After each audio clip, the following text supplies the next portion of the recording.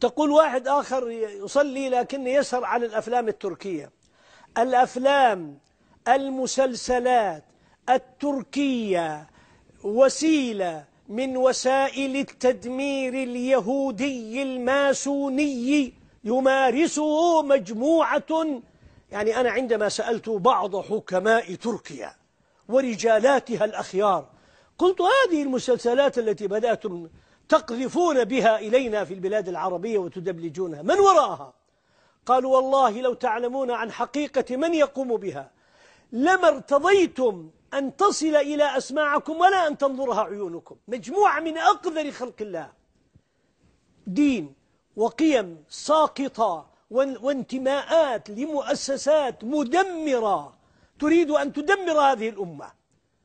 اتقوا الله. يرققون الرذيلة، يسهلون المنكر. ويؤسفني أن بعض قنواتنا في البلاد العربية تأخذها وتبثها.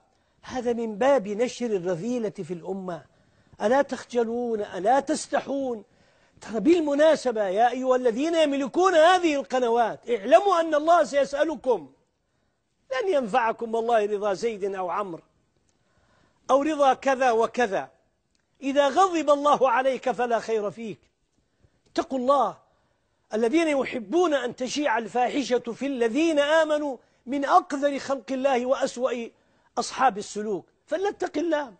وأنت أيها المسلم وأنت أيها المسلمة، اعلمي أن هذه من حبائل الشيطان ومن الوسائل المدمرة التي يريدون بها، لأن عندنا تدمير لأمرين: إما الأخلاق وإما العقائد.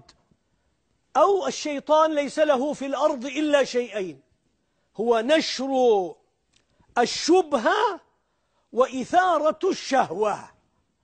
نشر الشبهة وإثارة الشهوة، وليس له غيره. إما شهوات أو شبهات. ومن أعظم الشهوات شهوة مسألة الرذيلة، الذين يرققون الرذائل. فليتق الله الناس.